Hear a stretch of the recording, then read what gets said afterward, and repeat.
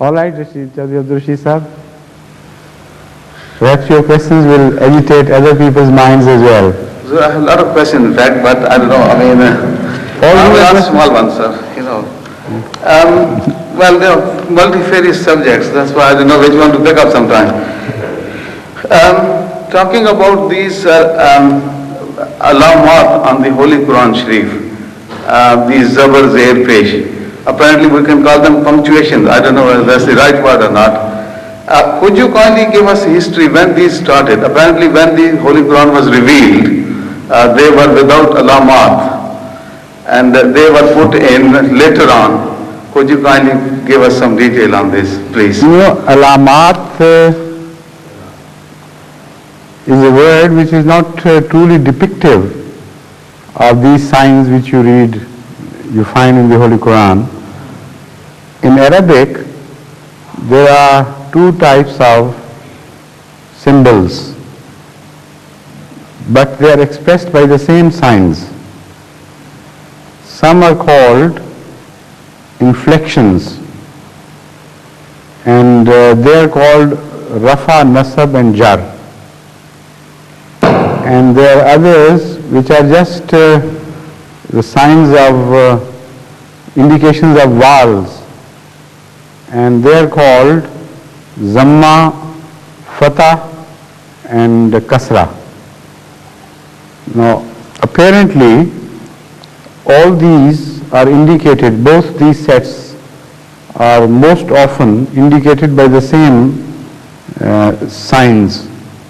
Zabar with a dash on the top of a letter, Zair with a dash underneath the letter, and Zamma, a rounded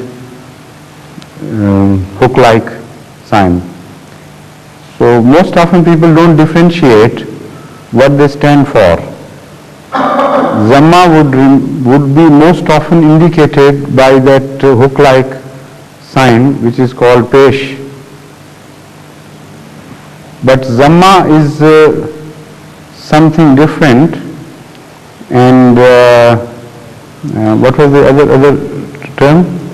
Rafa. Rafa is different. Rafa is a state of subjectiveness, and these signs indicate that state. For instance, somebody strikes at someone else. The person who strikes is in a state of subjectiveness, and the person who is stricken is in the state of objectiveness. So in Arabic you will say Zaraba Zaidun Bakran. Zaidun, there are two signs of Zamma, but here when you ask the state, these signs stand for the state of Rafa. They will not be called Zammas there. Any grammarian who knows this subject, he would say this is in a state of Rafa. But if one word is single by standing by itself, and it has no state to it, and you again put a Zamma over it, that would be called Zamma. That would not be a state, while the signs are the same. So as far as the Arabic, the text of the Holy Quran is concerned, it was never without these signs, because the Arabs knew them, and they were not. It was not required for the Arabs to show these signs in calligraphy, because they spoke like it. They knew what the subjective state is and what the objective state is, and so on and so forth. So no Arab who understands the Holy Quran, I'm not talking of the Arabs of today, they begin to make mistakes now because Arabic has deviated from the original path a little bit. But in the older days, it was impossible for an Arab not to read the sign correctly and not to understand its state.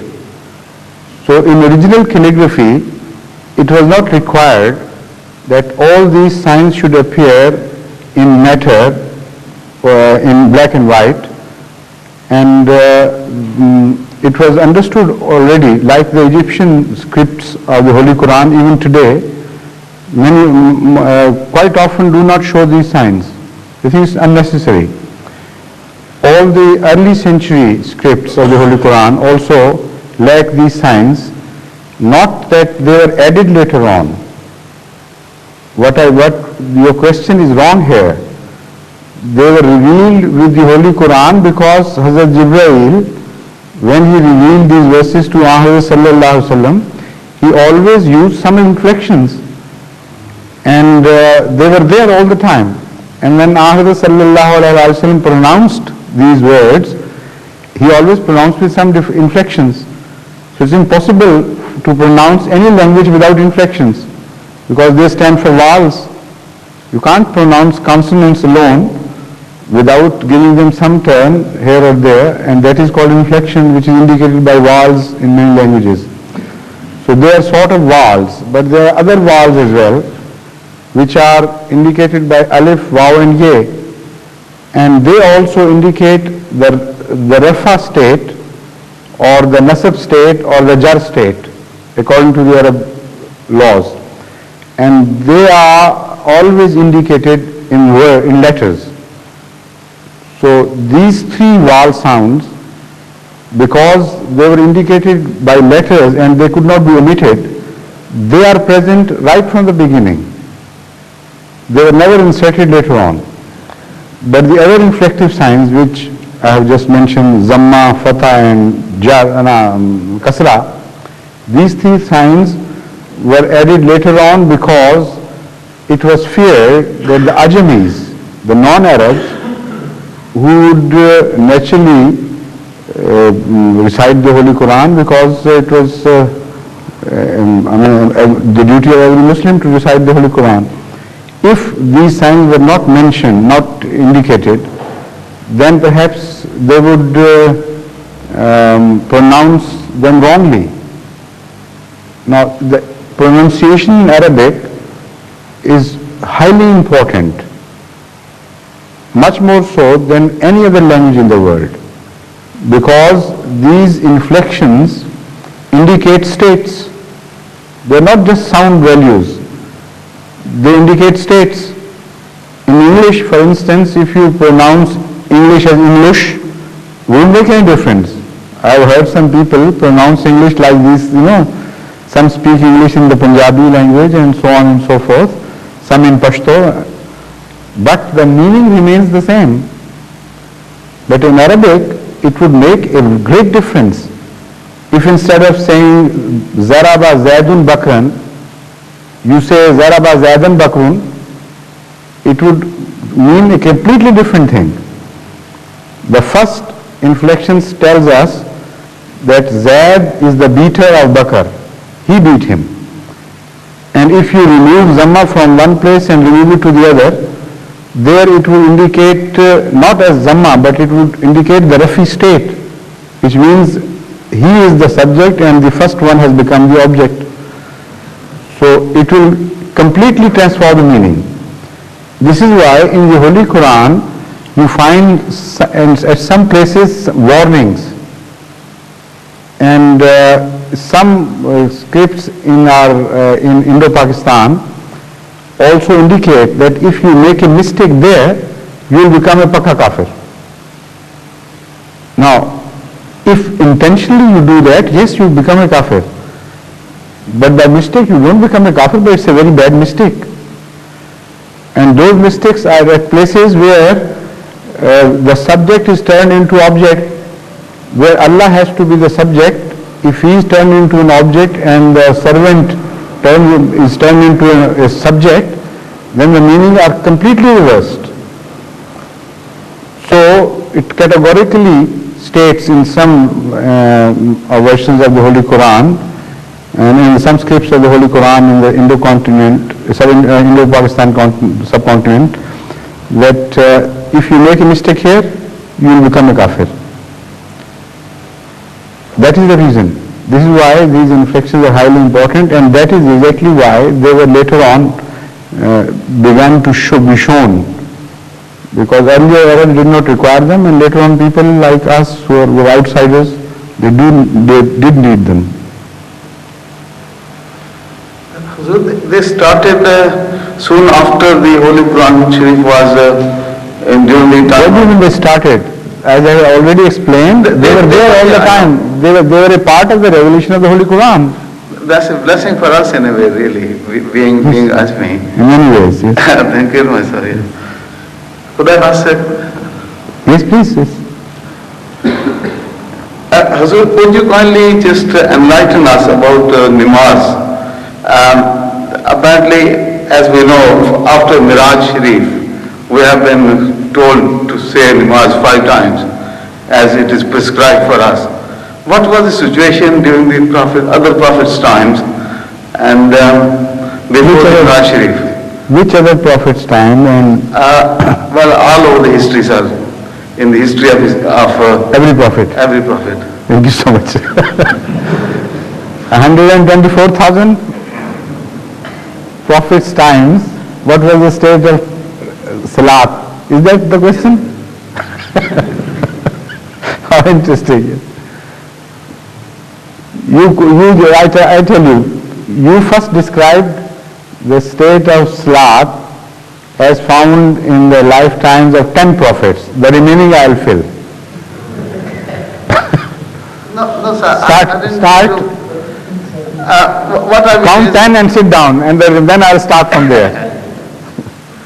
No, could you kindly, I mean, it says about Hazrat Nuh that he said, Nabudu, and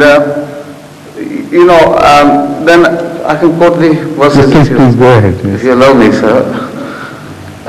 You see,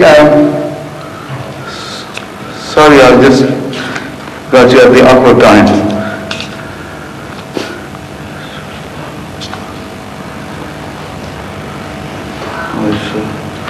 71.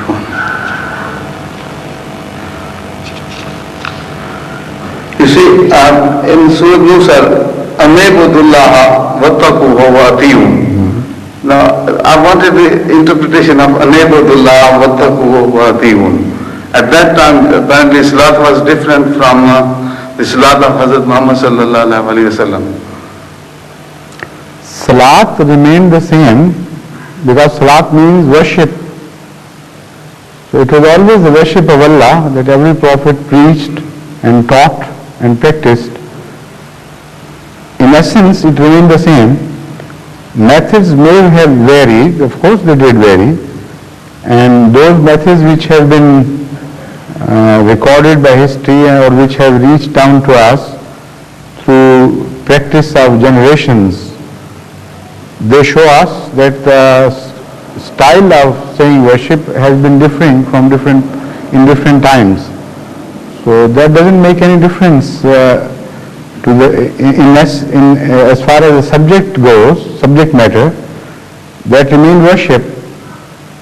So the Holy Quran, because it was a complete book and it was the final teaching and also the perfect teaching, it embodied many styles of worships as had been practiced before at various times by various prophets. And this Salat, which was revealed to Muhammad sallallahu alaihi wasallam, the style this was different from every other in the sum total, of course, but it contained parts of many other styles as practiced by the earlier prophets at various times. For instance, you find, I can't give you the full detail of every prophet's style of praying, but as I have already said, through records in history or through the practice of people which has come down to us through various generations, you find different styles. For instance, Hindus say their prayers mostly standing and sometimes sitting, and the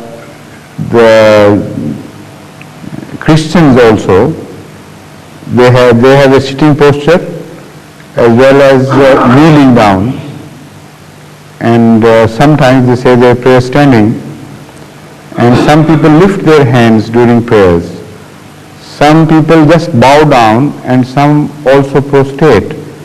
In many other religions we find the practice of prostrating. So all these are embodied in the salat of a Muslim, and that is the practice of Muhammad sallallahu alaihi wasallam.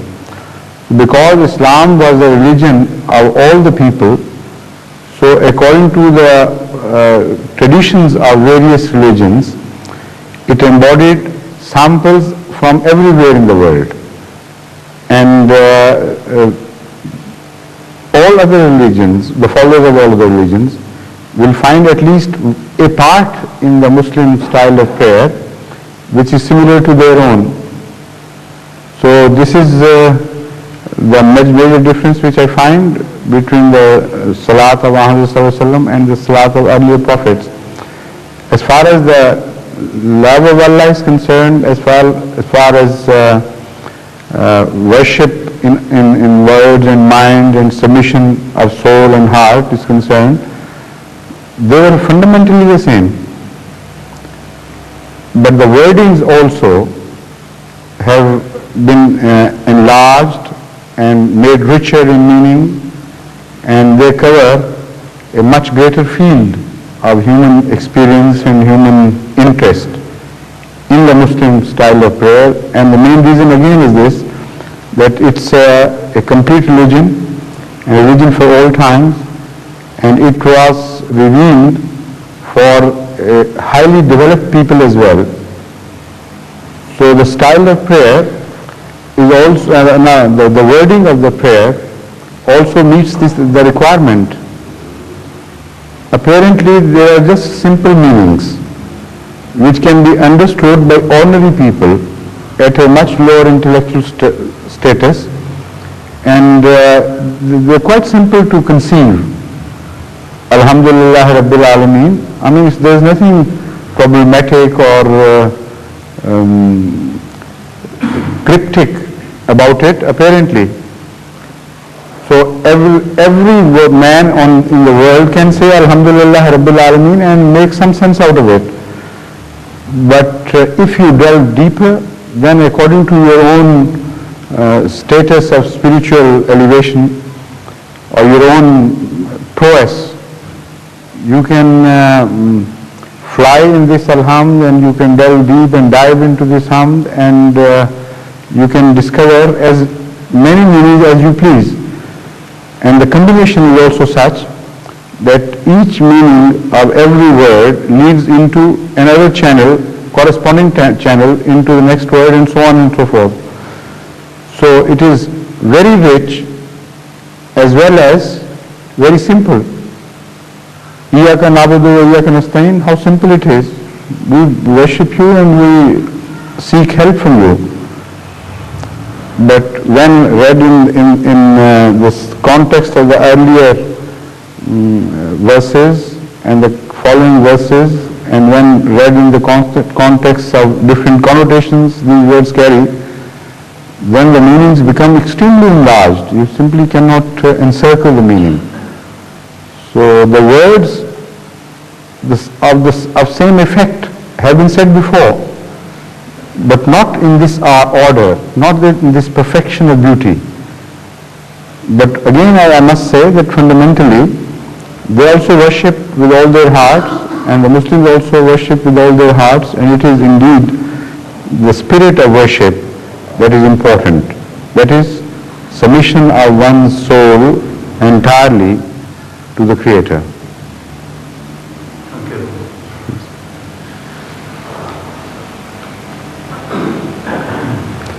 Yes, please. What about that bundle of papers? I have questions, Are the questions, all of them? They are questions. Huh? I don't think anybody has anything to ask, because I gave them chance, so go ahead and do it. Continue. Unless you are tired. I'm not tired, sir. No, I love to ask. Sir, in the Holy Quran, I haven't got the quote with me at the moment. I was reading that Allah Ta'ala has made Nabi, prophets, from jinn or ins. And jinn is apparently translated as rich people. But why, I don't see any... There is a verse, first quote that verse, then I'll I'll bring answer. it next time, sir. Next time, then I'll answer next time. Sorry about that. This question which I was asking, sir, is related with this one. What the history says about the Muslims. I mean, apparently, how they arrived in India to start with, you see, and could you kindly tell me, when they came to India, were they taken as refugees or as traders or as preachers? What the history tells us? And we are not used the word conquerors. They might have come as conquerors, couldn't they? Like, you don't know the history of sin? I want to know, sir, if you kindly explain how Islam came to India. How Islam reached India. That is irrelevant, this question. How Islam reached everywhere else. That is the basic question. Islam reached through preachers, through Da'in ilallah. Those who had their own trades, their own pursuits in life, and they traveled abroad, and wherever they went, they spread the message of Islam. This is the history of the spread of Islam in a nutshell. And there is also a political history which is running simultaneously parallel to this history. And there are some wars, and some areas were conquered, like Muhammad bin Qasim conquered a part of Sindh, and similarly other conquerors came from the Persian and Kabul, Afghanistan regions, etc. And they conquered certain parts, and also they came from Mongolia, and because they were already Muslims, so they created Muslim empires. But they are two different things altogether. The history of empires runs parallel to the history of preaching, and not only they are different, they are completely independent of each other. No Muslim empire in India is ever known to have established a system of preaching and conversion among the non-Muslims. So this allegation or this confusion about the spread of Islam in India is totally invalid. The fact is that most of in the early parts, most of the people who carried the message were independent by Allah. They preached on their own independently. And some great scholars and Sufis and saintly people also appeared in India, having been born there. And some migrated. They were well-known scholars and highly respected saints from other parts of the world, close to India, who migrated to India for this very purpose, again on their own. They were not supported by any governments. And they became instrumental in the spread of Islam in various regions. So this is how Islam spread not only in India and everywhere else. In places like Indonesia, Malaysia, and other Far Eastern countries like China, there is one difference, that only one channel is known to have flown there. That was the channel of preaching. And no conquest was ever made in the history by any Muslim emperors in these regions. There is a total lack of that parallel thread, as I mentioned. So up to India you find both these channels running parallel. That is the conquest by some Muslims and the preaching by some preachers. But here the conquest stopped. It didn't go beyond India. Neither in Bengal, nor in Burma, nor in Indochina, nor in Indonesia, and so on and so forth. But as far as the spread of Islam is concerned, it was not in any way adversely affected by the lack of empire or lack of conquest. In fact, Indonesia has become almost entirely Muslim, where there was no Muslim rule, no attack by any Muslim country. While Hindus are known to have attacked, they have been attacked by India and other outsiders at various times of history. But Muslims never attacked Indonesia. And what do you see here today? They are much greater in proportion in Indonesia than in India.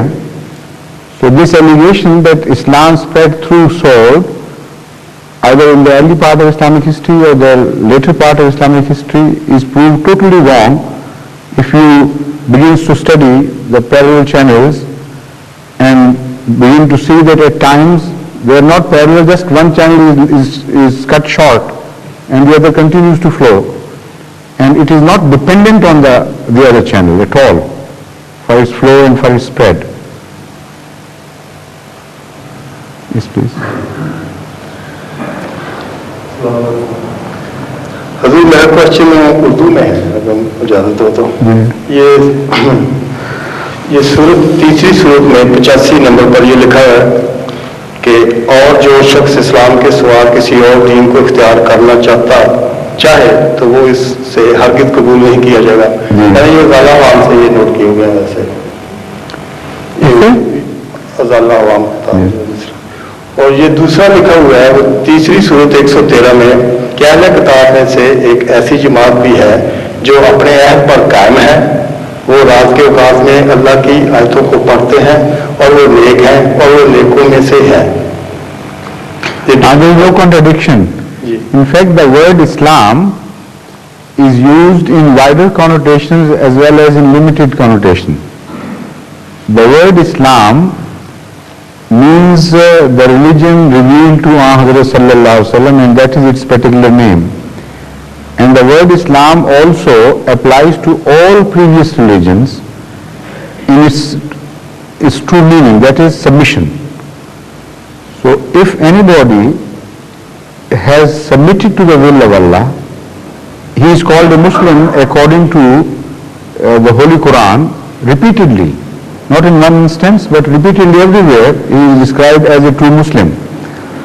So these types of Muslims are found in every era of history, everywhere in the world. So when Islam says, without submission Islam, nothing would be accepted, then when the Holy Quran says that, it means essentially that without true submission to the will of Allah, no faith would be accepted, whatever the name be. Deen lan yuqbala aw man yabtaghi ghayra al-islam deenan falan yuqbala minhu. If anyone without submission to Allah, without true submission to the will of Allah, presents any other faith, it will not be accepted, it will be rejected by Allah. Now this is applicable not only to the time of Muhammad sallallahu alaihi wasallam or the times afterwards. This verse is applicable to the prior times as well. This is exactly what the Holy Quran has been saying all through. So if there are other followers of other religions in the world, like the Ahl Kitab have been mentioned, and the pious ones among them have truly submitted to the will of Allah, then there can be two possible situations.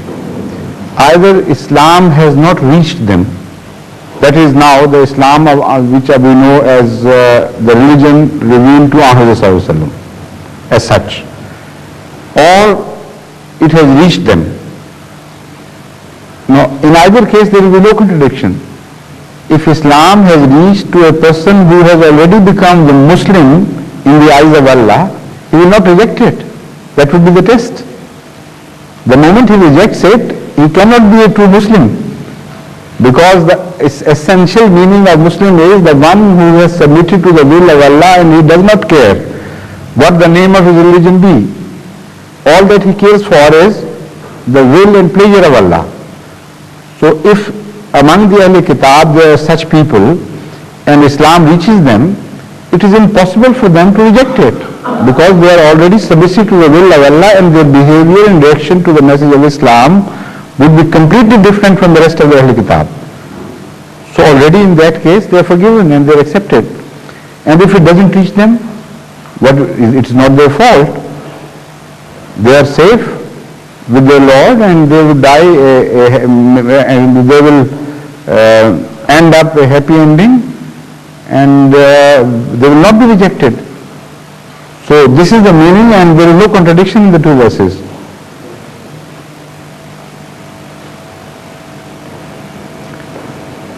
Yes, please. So Mr. Abdul Rashid said you work like a catalytic agent. You know, reactions which normally don't take place, in your presence they begin to take place. And the minds become active and activated. Yes.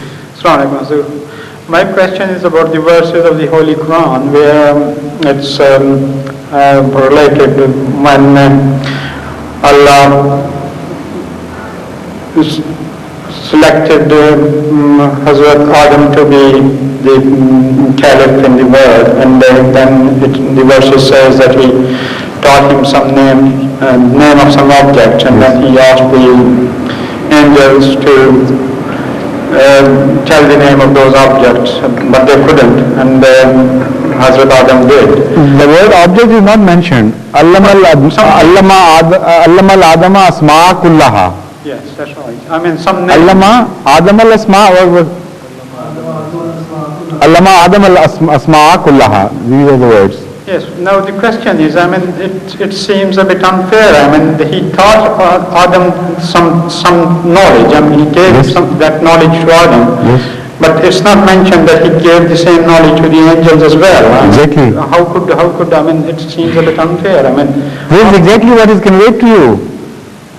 That the angels had the erroneous impression that they were superior people because they knew so much about Allah and there was no need of any other creation. So this is the point which was to be made clear to them. It was to be demonstrated to them that whatever you have got is a gift from Allah. By yourself you have nothing. If you make a new creation and teach that creation certain names, as you call it, or some other qualities, or intimate to that creation are attributes, as we understand the asma to mean, then they will know it and you will not know it because you have not taught to you. So the knowledge comes from Allah, that is the lesson. So the angels are not rejected because they have less knowledge. The angels still stand, they retain and hold their same station. What is told to them is that true superiority comes from Allah. And nobody has any superiority in himself, no merit by himself. If Allah bestows something on someone, he becomes a recipient. So it also teaches complete humility. If somebody has been gifted more than any other creature, he should not become proud and arrogant and say, look here, that thing has not got this and I have got this. Because this lesson tells us that everything is from Allah, nobody has got anything from himself. This is what Hazrat Masih Maud has stated in one of his verses, that sab kuch teri ata hai, ghar se to kuch na laye. All that we have has been gifted by you. I haven't got anything from our homes. I mean, that's a beautiful expression. I have not got anything from our homes. Everything is yours. So that is the true meaning of this verse. Thank you. Yes, please. So I'm Shyam Rahmatullah. Where have you been all this time? I've seen you after ages. Well, our car, it had an accident, so we couldn't come. And you also lost your cap in that accident. No. No? No, forgot to bring it. Yes, yes.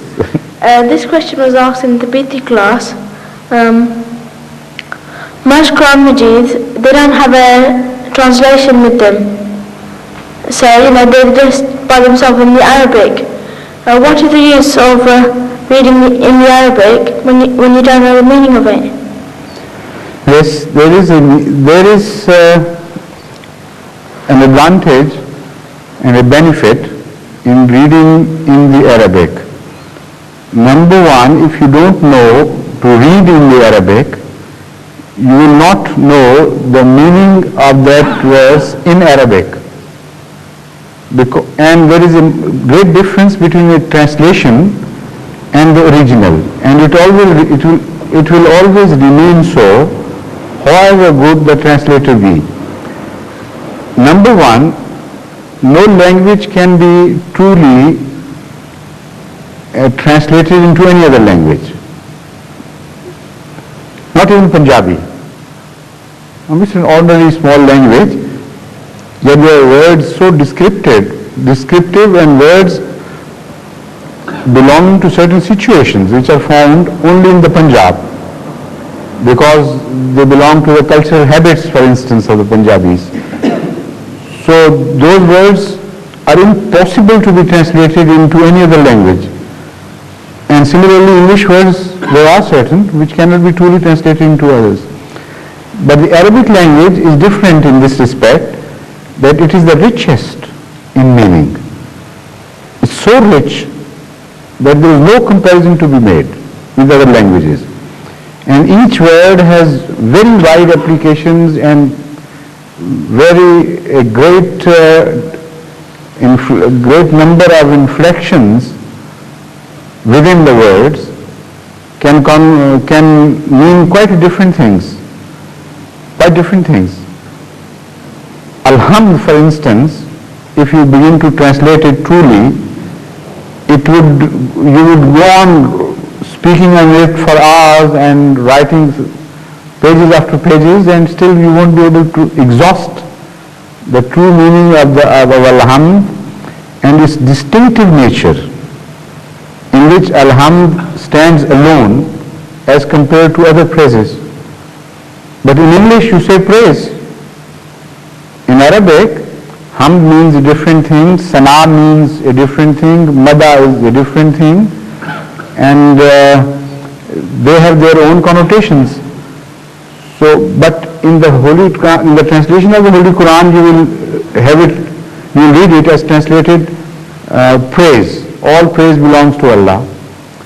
But praise is a very poor word to translate or to indicate the true meanings of the word Alhamd.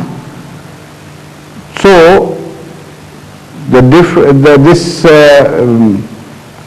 paucity of the meanings of other languages, the meanings contained in the words of other languages, that would require different translations. And people go on choosing one meaning to another, preferring one meaning to another, and making differences in various translations. Now this may also lead into some troubles.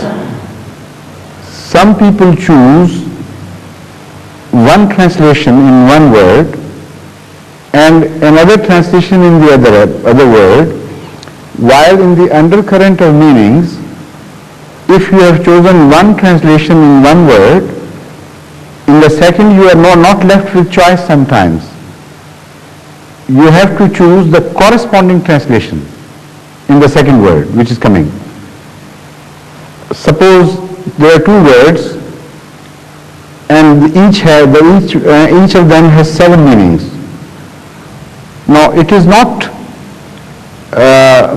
possible to accept one meaning of one word and choose any of the 7 meanings of the following, because out of the 7 meanings of one word and out of the 7 meanings of other words, it is possible that they have pairs and they have threads which have to be woven scientifically, systematically.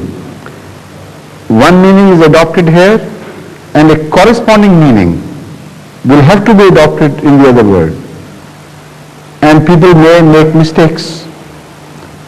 And also they may translate words according to their own likings, with the result that a reader who is not well versed in the Arabic language, he may receive a long message, which is not meant by the Holy Quran. So this is why there are so many translations of the Holy Quran, and so it is very important for the reader to be sure whether the translator is competent enough or whether the interconnecting meanings are retained properly, and also whether all the meanings have been conveyed or not, and they cannot be conveyed in any translation. So it's highly essential for a person who wants to understand the Holy Quran to know the language, know the style of the language, know the atmosphere of the language. And for that, the first step is towards this is to be able to recite the language, read the language. Without taking the first step, how can you take the second step? So that is highly essential to provide you the platform, that is to provide every child, Muslim child, a platform from where they can start the journey, which is never ending of course, towards better understanding of the Holy Quran. The second blessing, apart from this, is that these are the words revealed to Hazrat Sallallahu Alaihi Wasallam by Allah Himself, and they were recited by Hazrat Sallallahu Alaihi Wasallam. So if you love your Creator, your God, you should also love to utter the same words which have been uttered by Allah. And if you love the Holy Prophet, if for nothing else, for the sentimental value that you attach to Rasulullah and whatever he did, you would naturally love to speak the same words, make the same sounds as he did. So by imitating the Holy Prophet and repeating the words as uttered by Allah Himself, you gain some sentimental pleasure as well. Third, it is not merely a sentimental pleasure, it is also a blessing, because these words, these sounds have also their effects. The intonation of the Arabic language and the way you read the Holy Quran, they have all very deep impact on your nature, your soul, your heart and mind. And by themselves these sounds carry some weight and some benefit.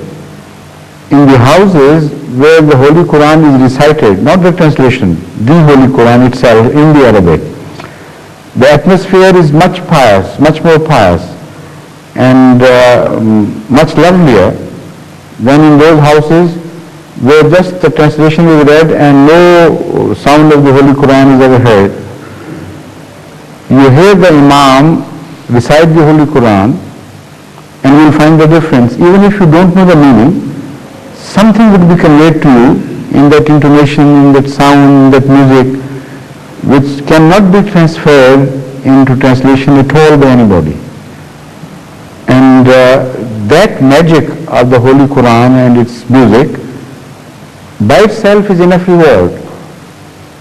So why should our children miss that beautiful experience, which is so beautiful and so beautifying to the soul, that if for nothing else, for this very purpose, every child should know how to recite the Holy Quran in the Arabic. Right? So now you will not resist your parents' attempt to teach you the Holy Quran in Arabic. Is that right? Yes. I was just, it was right in the busy class and I just wanted to know. Yes. Any other question, please? Yes?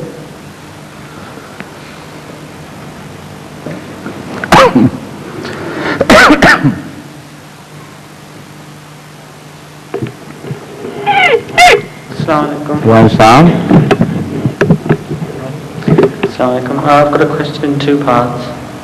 Sultan, yes? Shayyadushi is smiling at this.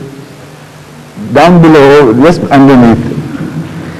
He thinks he has taught you this art. So, you enjoyed it thoroughly when you said I have a question in 2 parts. Yes, please. Am I correct in understanding that when we have dreams, that somehow our souls actually enter, as it were, I don't know what to call it, in a way, the afterlife? I mean, I've read in certain of our books that when we go sleep, when we have dreams, that our soul, as it were, actually enters the next world. I mean, is that correct? No. Now, what is the next world? First of all, decide that question. Because I feel when you said that, you had a different concept. If you mean the soul leaves the body altogether and the space occupied by the body and travels abroad, this is a wrong notion. This does not happen. The soul never severs its ties from the body except in the process of death, and that process is also completed sometimes days after and sometimes months after the physical death has been declared. That process is a slow process, and the total break between the ties of the total break between the soul and the body does not take place immediately after the ceasing of heartbeats. So this is one thing which should be rectified in your question. Secondly, in sleep, according to the Holy Quran, some sort of death does take place. A partial withdrawal of the soul from its contact with the body is affected somehow. And you are not in full senses, you are gone into sometimes shallow sleep, and sometimes middle sleep, and sometimes very deep sleep. So this is the process which has been described by the Holy Quran as a sort of withdrawal of the soul. But that is not a physical process. That is not a process happening in space, outside the body, I mean. It is happening within the body. So that space to which the soul goes may be the same place which is occupied by the physical body, because the dimensions change, so we don't know what's happening. The terminology is different altogether there. Now, having understood this, what would be your question? I suppose Or none? my second question still has some meaning to it then. I was just going to ask, that in some of Hazrat Masih Maud al-Islam's dreams, he sort of dreamt that he met God as it were, and God was sitting on a chair and things like that, as if God was in a physical shape. That is exactly the question has been answered only. Because the soul never left, soul didn't go outside, whatever was conveyed was conveyed to him. Because the meaning of dreams or meaning of visions or the meanings of revelations are all subordinate to the principal declarations of the Holy Quran. And they cannot override the declarations of the Holy Quran. Now the Holy Quran lays a very clear principle before us when it says that La tudrikuhul absaru wa huwa yudrikul absar. Your eyes, your sights, your understandings, all these words are covered by the word absar. Cannot reach out to God.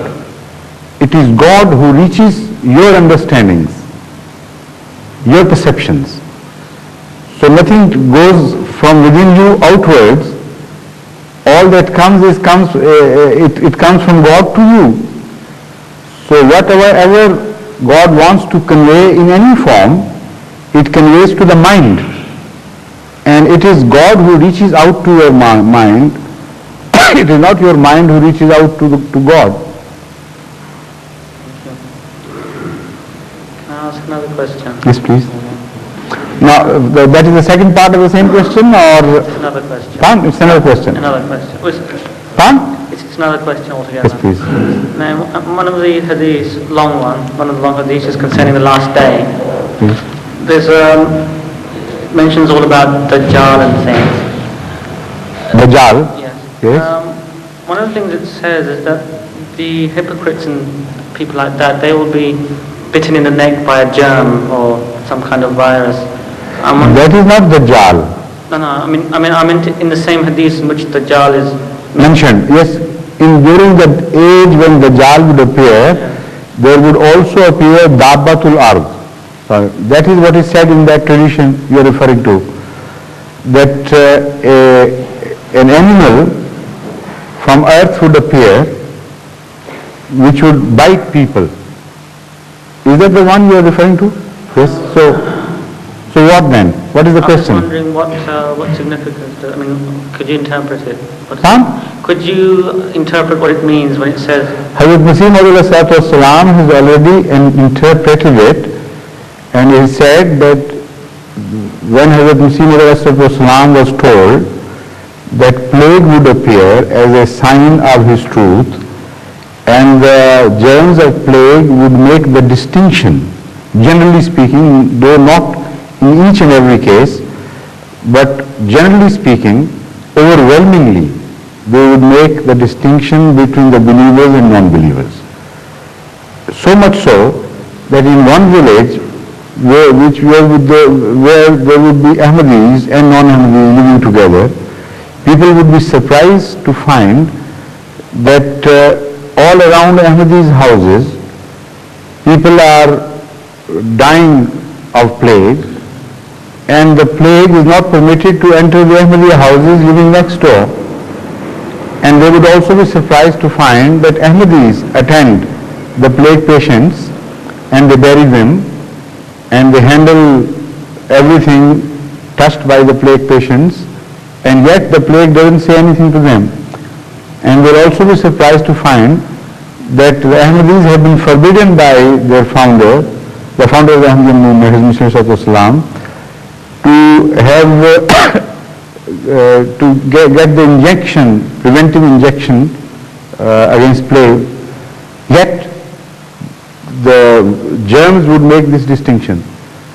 So when people will begin to see this, then this verse of the Holy Quran will fully dawn with its meaning upon those people, and they will begin to accept the truth. This is one of the meanings which have been mentioned by Hazrat Masih Maud about Dabbatul Ard. And that we have seen fulfilled exactly like this. Although according to the prophecy of Hazrat Masih Maud some Ahmadis would also die. It will not be 100% clear sign because we don't know what sort of Ahmadis there are. Some are true and some are not true. And also Allah wants to give a cover to some impious people. So what has been said is not this, that whichever Ahmadi would die of plague would be positively a rejected sinner. This is not the position. It is said that some of them would die. Among them, some would be those who were not worthy of being called true Ahmadis. But this is not said that everybody who died would definitely be a proved sinner who has been finally rejected. Why this position is not taken, has not been taken, this is what I am telling you. Because Allah is Sattar. If that position had been taken, the day of judgment would have appeared here on earth completely and finally. And whichever among Ahmadis would have died, he would have been declared by all others to have been finally rejected by Allah and to have gone straight to hell. So this is the beauty of Allah's being Sattar, that the initial reason is this, of course, but a cover has also been laid over everybody, and nobody can declare that because he has died of plague, so he must be a true, in reality, a rejecter of Masih Maud alayhi salatu wasalam. Yet, the distinction which was declared was in effect so obvious and so prominent that Ahmadiyyat today, as found in Punjabi villages, is partly is partly planted in those villages because of this sign of plague. I have traveled a lot among villages, Ahmadiyya villages. There will be hardly any area where I have not traveled during my work days or in connection with Khudam al-Ahmadiyya. And I asked this question repeatedly in various villages, how Ahmadiyyat came. And a very significant number among them told me that it was because of the plague, particularly in the districts of Jhelum and Gujarat and the areas around, and Gujranwala as well. The plague played a very important and significant role in the spread of Ahmadiyyat. And I saw such people who were alive at the time of plague as children and who could narrate things themselves which as witnesses are present at the time. And they told me, some of them for instance, that in our case, in our village, there was one Ahmadiyya house, Hazrat Masih Islam's companion, who was rejected and who was booed by the rest of the village and persecuted as well. When the plague came, everybody started dying around, so much so that there were no people to bury them. And this was the only man who would move about in every house and start burying their dead and tending their disease and so on, and nothing happened to him. So people thought this is a sign because it was declared much before it happened. And they started accepting Ahmadiyyat, and whichever among them did so, he was saved from the plague. Some even accepted Ahmadiyyat while plague had attacked them already. And when they accepted Ahmadiyyat in all truth and sincerity, they were saved. These incidents have also been recorded in Ahmadiyya history, and some books written by those companions of the Masih Maud alayhi salatu wasalam who witnessed so many incidents like this. For instance, in Hayat-e-Qudsi of Hazrat Wali Ghulam Rasul Sahib Rajeki, also some incidents have been quoted of this nature. And still in the Punjab villages, there are quite a few living people who heard it from their parents, the original stories, how it happened. So this is the Dabatul Ard, according to Masih Maud alayhi salatu wasalam, which has been mentioned in the Holy Quran and in the traditions of Hazrat Muhammad Mustafa sallallahu alaihi wasallam.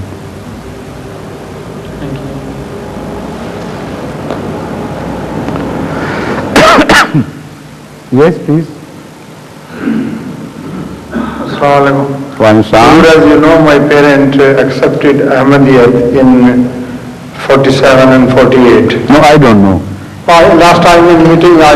Oh, yes, you told me. Yes, I right. And they were Father Sahib. Yes. Father Sahib, yes. Yes, and they... I know, exactly. They were buried in Bahishti Maqbaraj, Musi and Musia. That's right. And my both parents, in their very young age, suffered with plague. Did they? While they did not know anything about Ahmadiyyat, or they have never heard Ahmadiyyat, time until 1946 when I became Ahmadi. Right. I used to tell to my mother always and my father that you were saved Because you were the knowledge of the God, you were going to be Ahmadi. Exactly. So not only that, but they were both suffered, and my mother especially suffered double. She had the guilting in her thigh and also in the armpit. And it was miraculously, everybody was surprised at how she survived. And I used to talk to my mother and say that in the knowledge of God you were going to be Ahmadi, so God has saved you. Thank you very much. Yes. Yes, please. one incident of this nature, not exactly the same nature, but incident of recovery, miraculous recovery of a patient of plague, I mentioned in one of my speeches, I think in Jalsa Salana, or was it here? One, at the time of Hazrat Masih Maud Salam, one of the household servants or someone, I think it was some poor Ahmadi who had migrated from somewhere else, a young man. He suffered from plague and all the signs appeared, and he was segregated, removed to Bada Bagh and kept there. And then some companions of Hazrat Masih Maud approached him and requested earnestly for the prayer, because he was perhaps the only child of the father, and who was quite far off, far away, I think in the south of India or Deccan somewhere. I don't know exactly the places, but he was, the case was so pitiable that they went and requested for prayer. So Hazrat Masih Maud said, I will pray. When one of them said, it is no time for prayer, because the plague has reached a stage from where no one has ever recovered. And it's past all human remedy and efforts. It's time for shafaat, intercession. So you better do that. So Hazrat Masih was permitted, his heart was so deeply moved that Allah permitted him to intercede on his behalf. And he interceded and told them, go back and see how the patient is. It's reported that when they went back, that patient was walking about healthily, and he was looking for water to take ablution and say the prayer. And it was a complete transformation in the patient. So this thing, because it was relevant, it was to be told also. I mentioned it somewhere, I think in one of my Jalsa speeches last year. Yes, last year it was. Yes. Yes, please. Hashim Saab. Assalamu alaikum, Hazur. Yes. So my question belongs to the process of transformation from one religion to a true religion. And in this case, I mean Islam and Ahmadiyyat. As I have Islam and Ahmadiyyat, I mean as two religions? No. In the time of the Holy Prophet, it was Islam, and at present, it is Islam. It is still Islam. We do call it, as it Ahmadiyyat as well. No, it's not transformation. It's a reversion to the original. To the original. That's right, yes. Zul, from the discussion, I gather that there were many ways in which people from other religions were converted and came into the fold of Islam. One was through the conquering of the places, the other was through some signs which they have seen. The third is on their own initiatives through the prayers some people joined. And the big portion, as I understand, is the preaching. Hazur, what is that proportion of all these four of other means as well, which is overweighing than the other one? What of these factors, which of these factors is the overweight? In fact, the most important factor in conversion has always been prayers, which are not seen. Preaching has been the major factor apparently, but the preaching of those people who are also holy and who are also humble and who did not lay much store by their preaching alone, but also sought Allah's help through prayers. This was revealed to us by Hazrat Masih Maud in reference to the transformation which took place in Arabia. No Muslim scholar in all these centuries has ever mentioned this factor as the fundamentally most important factor which brought about that revolution. Maududis are found to say that it was a sword which ultimately converted. Others, non-Muslim scholars have also said that. And more pious and God-fearing among them have accepted the fact that it was the good conduct of Muhammad or Qulwat Qudsiya, at most they have said that, or the logic of Islam, and so many other factors have been mentioned, but none except Hazrat Masih Maud has ever mentioned that it was through the prayer of Muhammad that transformation took place. Now prayer is something which mingles with every other factor. It is an independent factor, yet it also mingles with other factors and makes them effective. For instance, if there is a tree which does not bear fruit, the whole machinery is there is something lacking. If that something is provided, it begins to bear the fruit. But that something by itself is neither tree nor fruit producing machinery in itself. So prayer works like this. It mingles with the means which are apparent to the people of ordinary sight, but the true motivating factor behind is not palpable. It is not seen or it cannot be touched by hand. So they miss it altogether. Only those can realize it who have gone through that experience. So Hazrat Masih Maud has drawn our attention that whatever apparent means you see in the preaching, the true, essential, most important factor behind the conversion in Islam is the prayer. And if that conversion does not take place through the prayer, then it may also have some defects. And but even through the prayer, some defects can be seen among the followers or those who have submitted because of their own quality as well. But the transformation, that is to say a miraculous transformation, that has some positive element of prayer working behind the scene. Hazur has already answered the second part of the question, but maybe to seek more enlightenment, if I could ask that. Hazur, in the process of preaching itself, now I'm coming down only to the one factor, and when by the grace of God I involved myself into it, I found it out that the preaching could be started at any time, but it can never be ended. This is true, because it can continue to other people and so on. But if we take one single individual and we start preaching him, then during the whole process there is only one particular point where the person who is preached converts, or his heart melts and change. Reaches that threshold. That's right. Where decision is made. Right. Yes. And that threshold is, what is that which brings the threshold nearer to the either preacher or to the preached?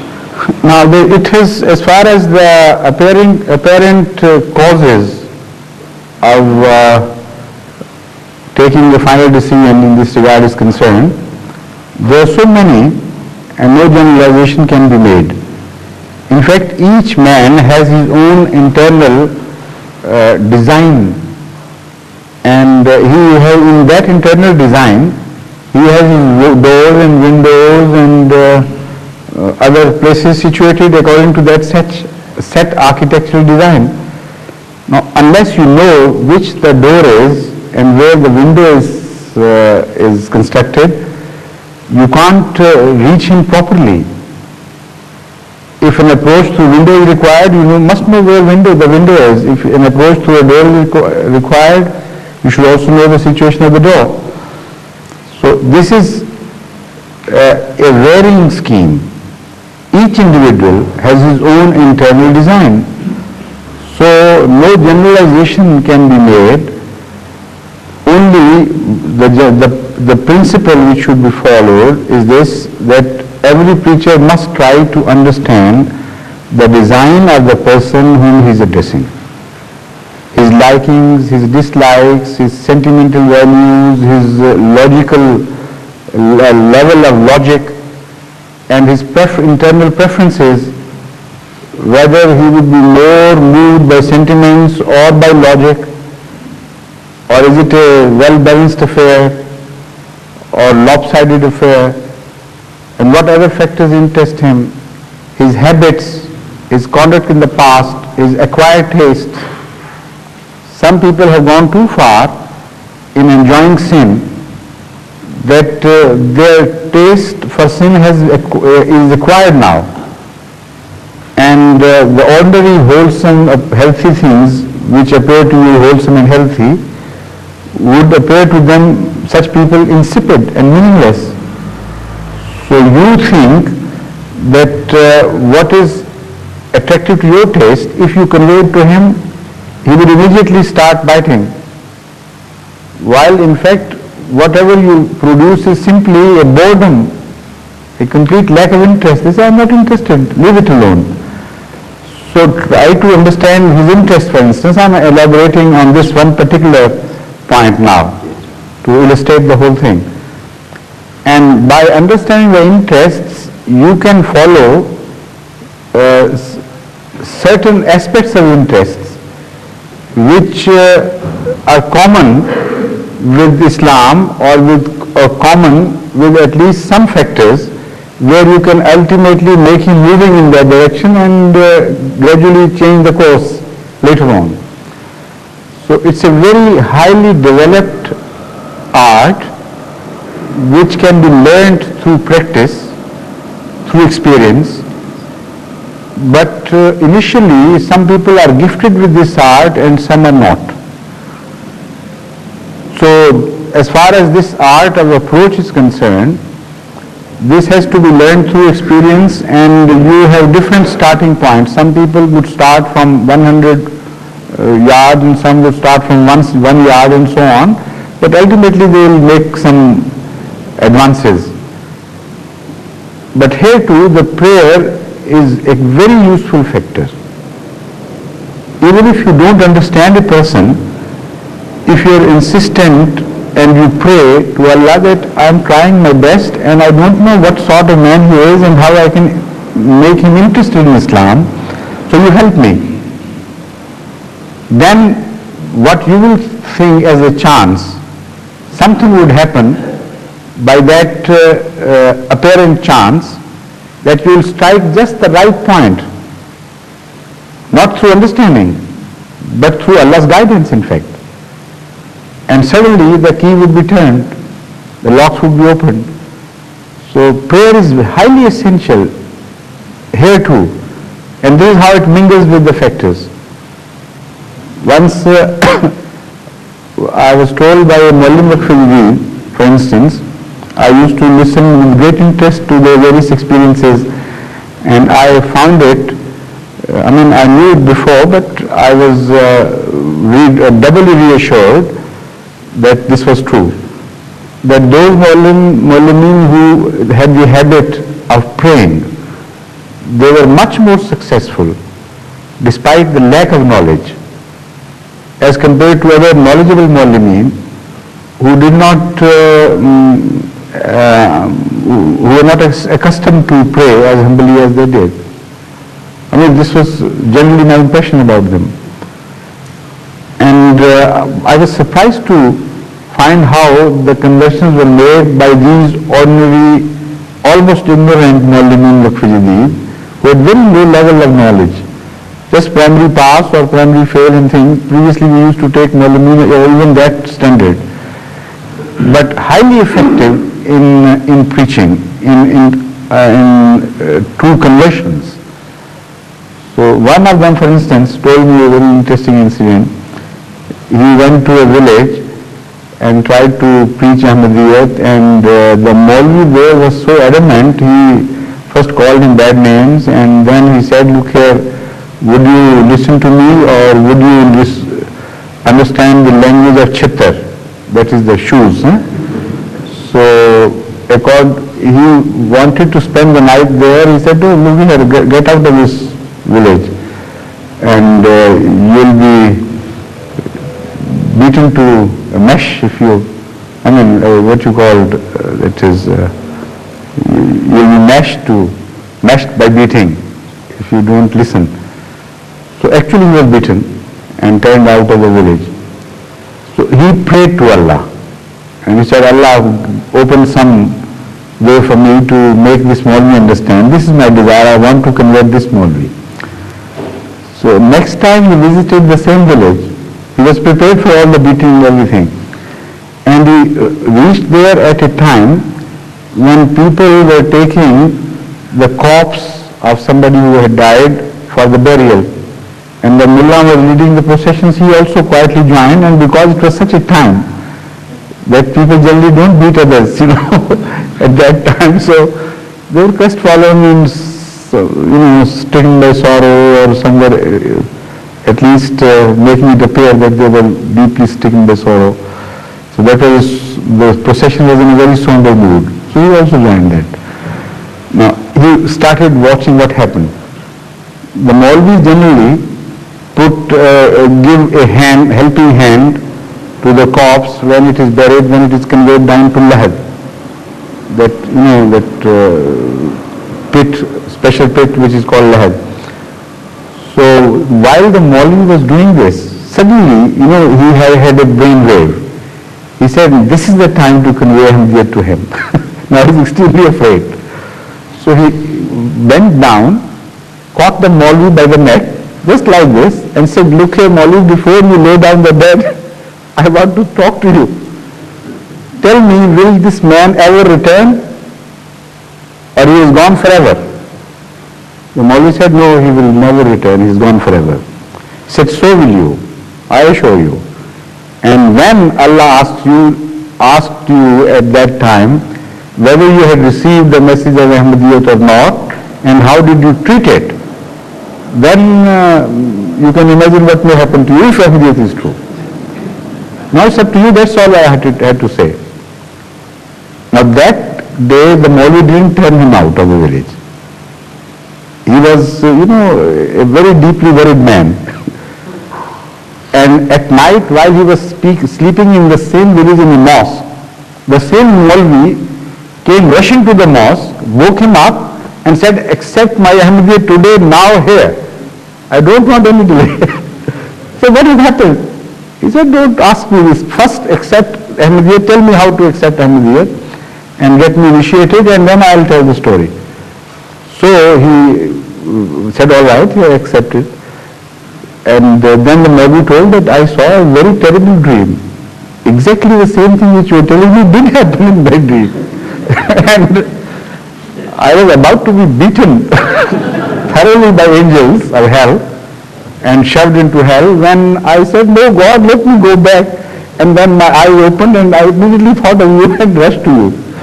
So that was just a miracle of prayer. There was no conviction involved through logic or by any other means, or even such a dream could have been interpreted differently by a person. Ordinarily he would have said, because he had talked to me like this, so it was a psychological affair. Naturally I was under impression because of that particular time and particular hour, and my own mind has created this scene for me. He could have interpreted like that.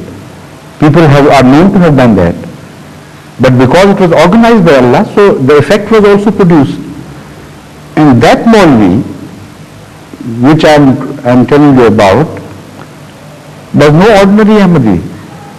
He was immediately removed from his service, he was debased, he was put to all sort of tortures, and he had no means of livelihood left to him.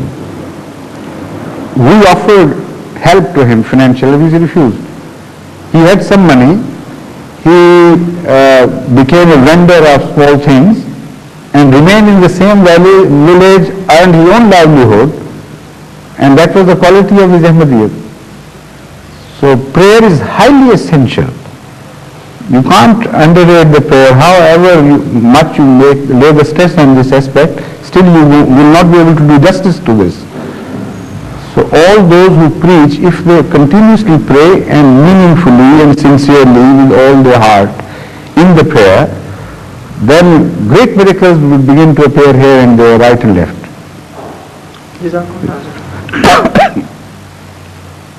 Yes, please. Have you come? When? In the middle. How could we miss you coming all the way from there to here?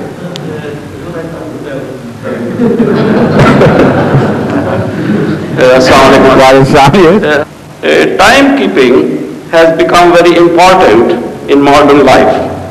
For example, when we wake up in the Timekeeping or morning- time? Timekeeping. Timekeeping has become important or just time itself? Yes, time. Am I giving explanation for what I want? Yes, please. I repeat again. Timekeeping has become very important in my modern life. For example, when we wake up in the morning, we see people rushing to their places of work. Sir Muhammad Zafrullah Khan Sahib used to stress too much on being punctual. As the teachings of Islam are for all the ages and the peoples, would Hazur kindly let us know whether there is any guidance in Islam regarding this important factor in human life? Yes, you have that teaching expressed in the times of prayer, don't you? Kitabun Maquta. The prayer is described in the Holy Quran as Kitabun Maquta, an obligation which has been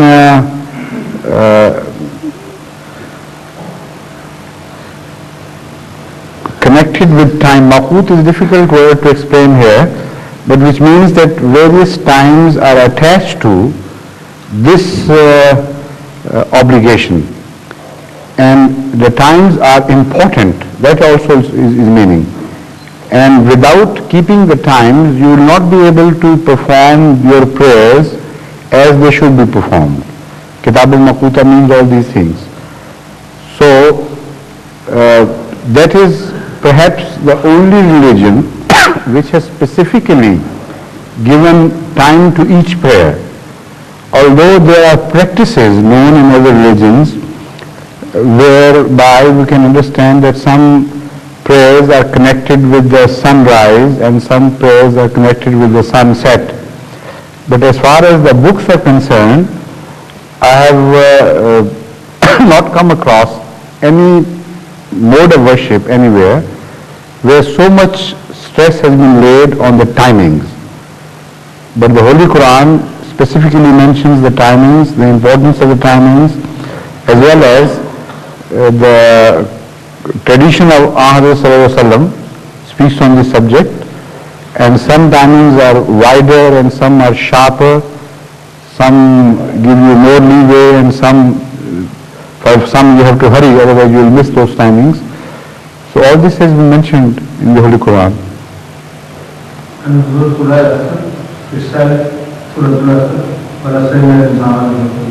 No, that's a different time, that's age.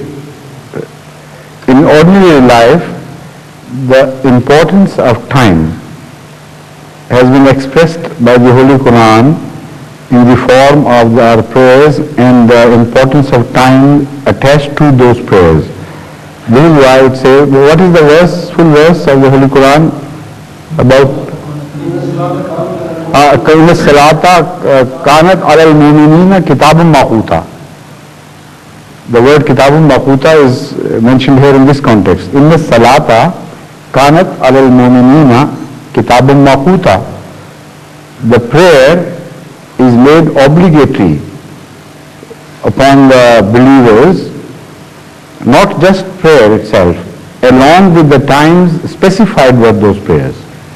And they are highly important. This is what it mentions. And Kitaban lays the greatest stress on its importance, because it says Kitaban. Kitaban means something highly, extremely obligatory.